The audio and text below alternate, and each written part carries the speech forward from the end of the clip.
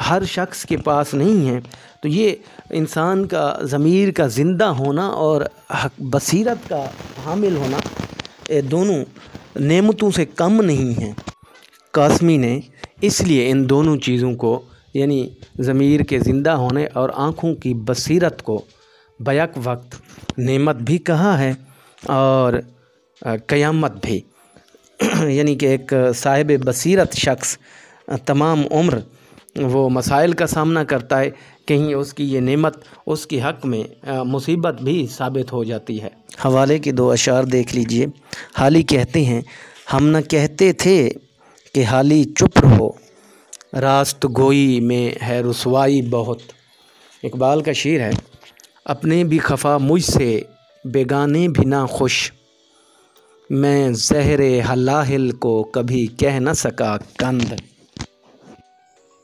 تیسرا شعر ہے، جو برائی تھی میرے نام سے منسوب ہوئی، دوستو کتنا برا تھا میرا اچھا ہونا۔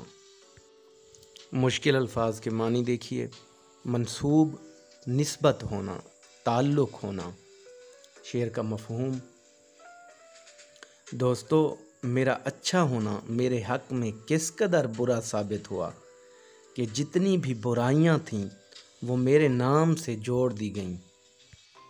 اس شعر میں شاعر نے ہمارے ایک معاشرتی رویے کو موضوع بنایا ہے۔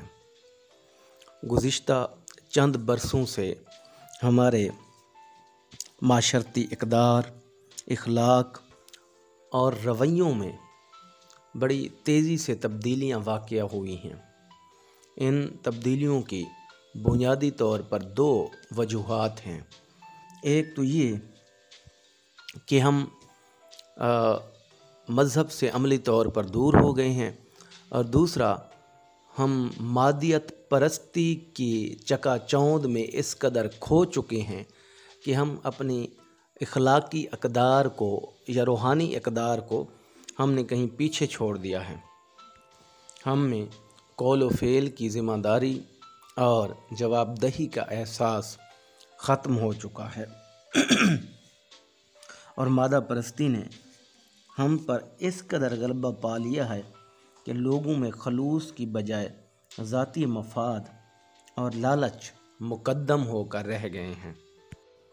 ایک شاعر نے اس صورتحال کی بڑے خوبصورت انداز میں عکاسی کی ہے، شاید کبھی خلوص کو منزل نہ مل سکے، وابستہ ہے مفاد ہر ایک دوستی کے ساتھ۔ چنانچہ عملی طور پر مذہب سے دوری اور اس مادہ پرستی کے دور میں اگر بعض اشخاص میں کچھ انسانی اور اخلاقی اقدار موجود ہیں تو لوگ ان کو ان اشخاص کی برائیاں بنا کر پیش کرتے ہیں۔ عبادت گزار کو ریاکار قرار دیا جاتا ہے، صداقت کا علم بلند کرنے والے کو بے وقوف، تو رشوت اور چوری کے رزق سے پرہیز کرنے والے کو بزدل تصور کیا جاتا ہے۔ اسی طرح سچی بات منہ پر کہنے والے کو منہ پھٹ اور بدتمیز کے القاب سے نوازا جاتا ہے۔ اسی طرح اپنے کام سے کام رکھنے والے اور دوسروں کے کام میں ٹانگ نہ اڑانے والے کو خود سر اور مغرور کے خطاب دیے جاتے ہیں۔ غرض ہمارے معاشرے میں کسی انسان کے کاموں کو جو اپنے اندر اچھائی اور خیر کا پہلو لیے ہوئے ہوتے ہیں، ایک برائی اور شر کے طور پر پیش کرنے کا رواج عام ہو گیا ہے۔ اگرچہ ہمیں کسی کے کام میں واضح طور پر خیر اور اچھائی نظر آ رہی ہو، پھر بھی ہم اخلاقی بددیانتی کا ثبوت دیتے ہوئے اس کی نیت میں 100 طرح کے کیڑے نکالتے ہیں اور اسے بدنیت تصور کیا جاتا ہے۔ اس صورتحال کے متعلق حالی کا کہنا ہے، خیر کا ہوتا ہے ظن غالب جہاں، کھینچ کر لاتے ہیں اس کو سوئے شر۔ شاعر کو ہمارے معاشرے سے اور اپنے احباب سے یہی شکایت ہے کہ اس کی خوبیوں کو اس کی خامیاں بنا کر لوگوں کے سامنے پیش کیا جاتا ہے، اس طرح اس کا اچھا ہونا اس کے حق میں برا ثابت ہوتا ہے، یعنی اس کا برا امیج معاشرے پر واضح کیا جاتا ہے، جس کی وجہ سے شاعر کو بڑی تکلیف کا سامنا کرنا پڑتا ہے۔ قاسمی نے مذکورہ شعر میں ہمارے اس اخلاقی بددیانتی پر استوار رویے کی نہ صرف نشاندہی کی ہے بلکہ اسے کہیں بین السطور اس کی مذمت بھی کی ہے۔ جلائیں مجھ کو الاؤ میں وقت کے نمرود، خطا یہی ہے کہ مجھ سے کوئی خطا نہ ہوئی۔ چوتھا شعر ہے، کیرے دریا میں بھی آ نکلے گی سورج کی کرن، مجھ کو آتا نہیں محروم تمنا ہونا۔ مشکل الفاظ کے معنی، کیرے دریا کی گہرائی، کرن روشنی، محروم تمنا امید سے دست بردار ہونا، امید چھوڑ دینا۔ مفہوم دیکھیے، مجھے آرزوؤں سے دست بردار ہونا نہیں آتا، مجھے یقین ہے کہ دریا کی گہرائی میں بھی سورج کی روشنی ضرور پہنچ آئے گی۔ یہ ایک طے شدہ حقیقت ہے کہ انسانی دل خواہشات کا محور اور مرکز ہے۔ انسانی دل میں ہزاروں طرح کی خواہشات جنم لیتی ہیں، ان میں سے بعض خواہشات پایہ تکمیل تک پہنچتی ہیں اور بعض وہ ناسور بن کر ہمیشہ کے لیے انسان کے دل یا ذہن کے کسی کونے خدرے میں موجود رہتی ہیں۔ تو دراصل انسانی زندگی میں جو حرکت ہے، تحریک ہے، وہ انہی خواہشات کی بدولت ہے۔ جیسے ہی انسانی دل میں کوئی خواہش جنم لیتی ہے تو انسان اس کی تکمیل کے لیے تحریک میں آ جاتا ہے، حرکت اختیار کرتا ہے۔ یہ دراصل انسانی خواہشات کے تکمیل کی امید ہی ہوتی ہے جو انسان کو تحریک پر، حرکت پر آمادہ کرتی ہے۔ اس کے برعکس اگر انسان کو علم ہو جائے کہ اس کی فلاں خواہش پایہ تکمیل تک نہیں پہنچے گی تو وہ اس کے لیے تگ و دو چھوڑ دے گا، ہاتھ پر ہاتھ دھرے بیٹھ جائے گا، اور یہ بات شریعت اسلامیہ کی تعلیمات کے بھی خلاف ہے۔ یعنی اللہ تعالیٰ کہتا ہے لا تقنطوا برحمت اللہ، کہ انسان کو کسی صورت اللہ تعالیٰ کی رحمت سے مایوس نہیں ہونا چاہیے۔ اور اس شعر میں، مذکورہ شعر میں قاسمی نے بھی یہی رجائی نقطہ نظر پیش کیا ہے، یعنی شاعر نے امید کا پیغام دیا ہے، آس کا پیغام دیا ہے۔ انہوں نے ہمیشہ امید کے دامن کو تھامے رہنے کا پیغام دیا ہے۔ وہ کہتے ہیں کہ حالات کیسے ہی گمبھیر کیوں نہ ہوں، یعنی اگر ہر طرف بھی اندھیرا چھا جائے تو میں پھر بھی اس اندھیرے سے نہیں گھبراتا، اور میں روشنی کی کسی کرن کی امید پر اپنی تگ و دو جاری رکھتا ہوں۔ انہوں نے اپنی اس کیفیت کو ایک مثال سے واضح کیا ہے کہ دیکھیں، یہ دریا کی جو گہرائی ہوتی ہے وہ کئی کلومیٹر پر مشتمل ہوتی ہے، اور دریا کی تہہ تک سورج کی روشنی کا پہنچنا مشکل ہی نہیں بلکہ ناممکن ہوتا ہے۔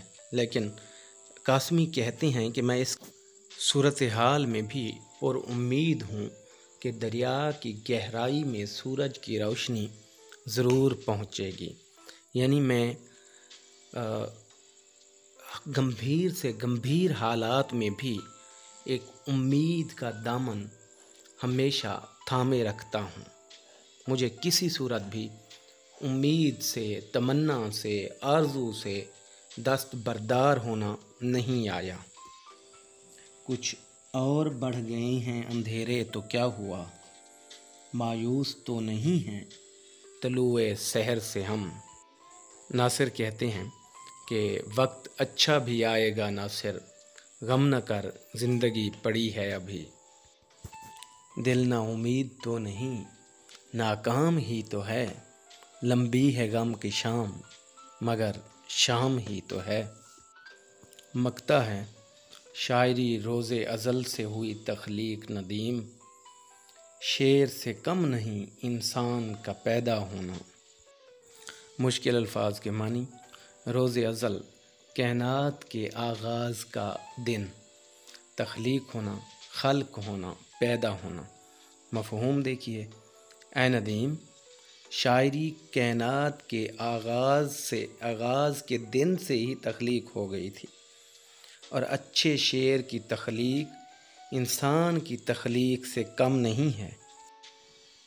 مذکورہ شعر میں قاسمی صاحب نے شعر کو انسان کی تخلیق کے مترادف قرار دیا ہے۔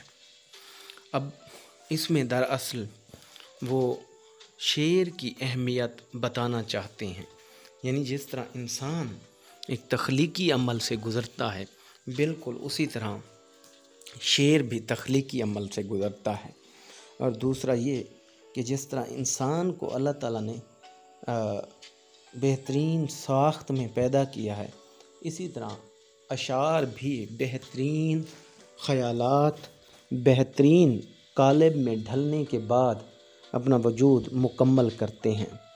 تو قاسمی صاحب دراصل شعر کی اہمیت پر ہی بات کرتے ہیں، کیونکہ شعر اس کائنات میں حد درجہ یا شاعری حد درجہ اہمیت رکھتی ہے، کیونکہ شاعری کی بنیاد جذبات پر ہوتی ہے، اور جذبات انسانی شخصیت میں توازن قائم رکھنے کے لیے یا انسانی شخصیت کی دلکشی کے لیے بے حد اہم ہوتے ہیں۔ اگر ہمارے معاشرے سے جذبات کو منہا کر دیا جائے تو آپ دیکھیں گے کہ نہ تو رشتوں میں کشش باقی رہے گی اور نہ ہی زندگی کی یہ چہل پہل، یعنی اگر نفرت، غصہ، محبت، ہمدردی، خلوص، اس طرح کے سارے جذبات کو انسانی دل سے، انسانی زندگی سے منہا کر دیا جائے تو زندگی کی کوئی دلکشی باقی نہیں رہے گی، اور شاعری انہی جذبات کا اظہار ہے۔ تو ظاہری سی بات ہے کہ جتنی جذبات اہم ہیں تو اس قدر شاعری بھی اہم ہے، اور شاعری کہیں یا جذبات موجودہ زمانے کی پیداوار نہیں ہیں، بلکہ جب اللہ تعالیٰ نے روز ازل انسان کو تخلیق کیا تو اسی وقت اس میں مختلف جذبات کا منبع بھی رکھ دیا گیا۔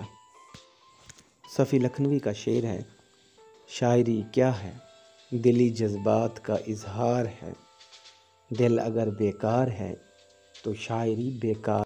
ایک اور شعر دیکھیے: اہل زمیں کو نسخہ زندگی دوام ہے، خون جگر سے تربیت پاتی ہے جو سخنوری۔ اس کے ساتھ ہی اس غزل کا اختتام ہوتا ہے۔ اگر میری یہ کاوش آپ کو پسند آئی ہے تو میری حوصلہ افزائی کے لیے چینل کو ضرور سبسکرائب کریں۔ خوش رہیں، خوشیاں بانٹیں۔ اللہ حافظ۔